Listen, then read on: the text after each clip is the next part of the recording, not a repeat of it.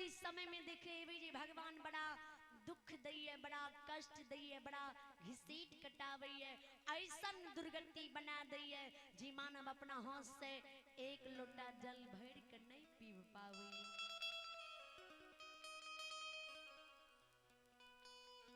मानव की कार में धार में मरे की वक्त दिखल जाए छे जी के कहन कर्म कइने है।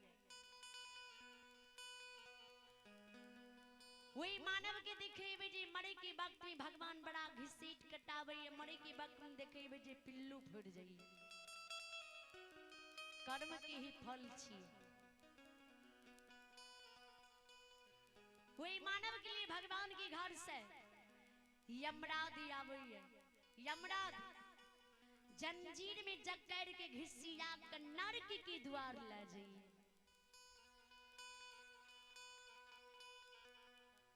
विचार करें, ध्यान देवे, यही से गोसाई जी इधर से लिखनी है जी आया है सो जाएगा राजा रंग फकीर, एक सिंहासन चढ़ चले एक बन्ही जंजीर।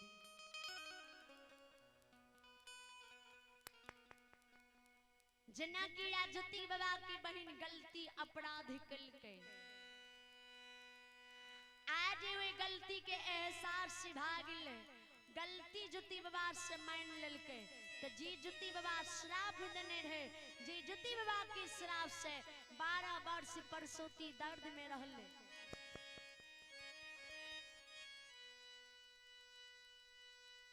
अभी ऋतु कुमारी भवानीपुर की निवासी भगवान के दरबार में विश्री दादी, इन ऋतु कुमारी की भगवान लंबी मर्दी बल बुद्धि विद्या की भंडार दी। अभी अर्चना कुमारी भगवान के दरबार में 15 रुपए की दान दी, इन अर्चना कुमारी की भगवान लंबी मर्दी बल बुद्धि विद्या की भंडार दी।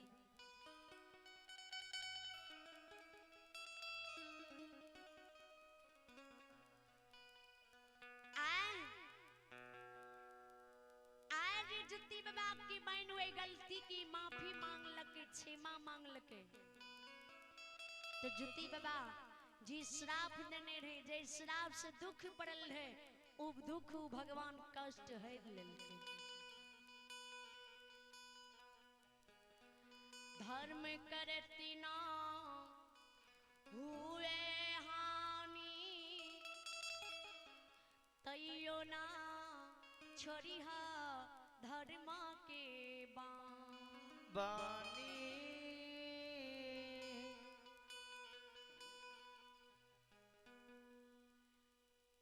ज्योति बाबा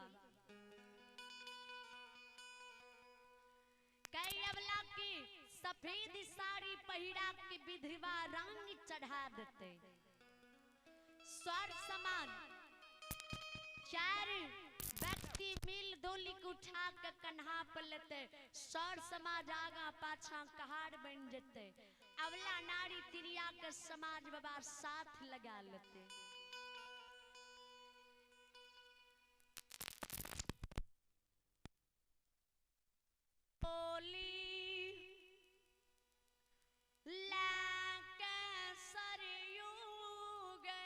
गंगा किनारे जईते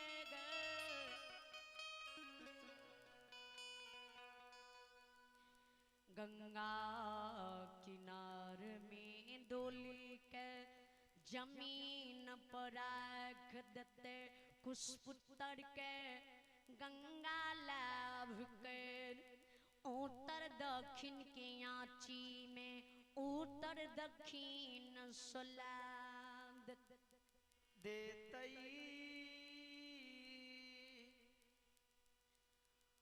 आनंद वंश चंदन लकड़ी नैन कुशपुत्र पर बोझ देते, साथी बंधन क्यों की बना लेते, साथी बंधन क्यों की में आग लगा अवला हाथ कर देते।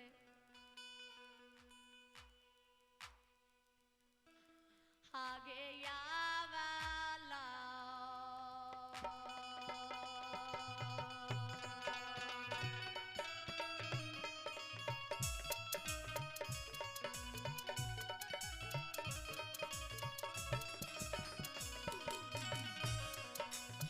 बाबा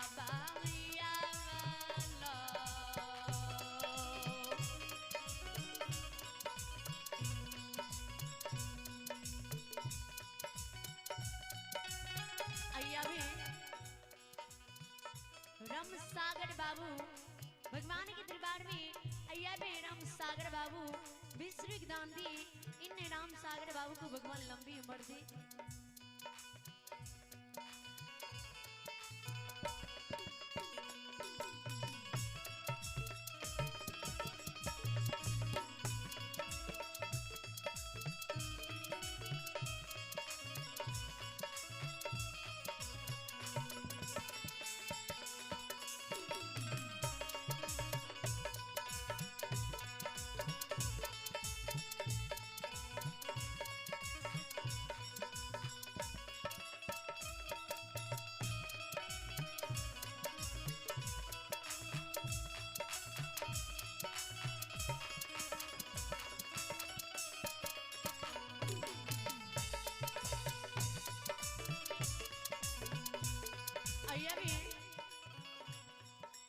विकास कुमार भगवान के दरबार में 11वीं गांधी भगवान इन श्रद्धालु को लंबी उम्र दे, बल बुद्धि विद्या के भंडार दे।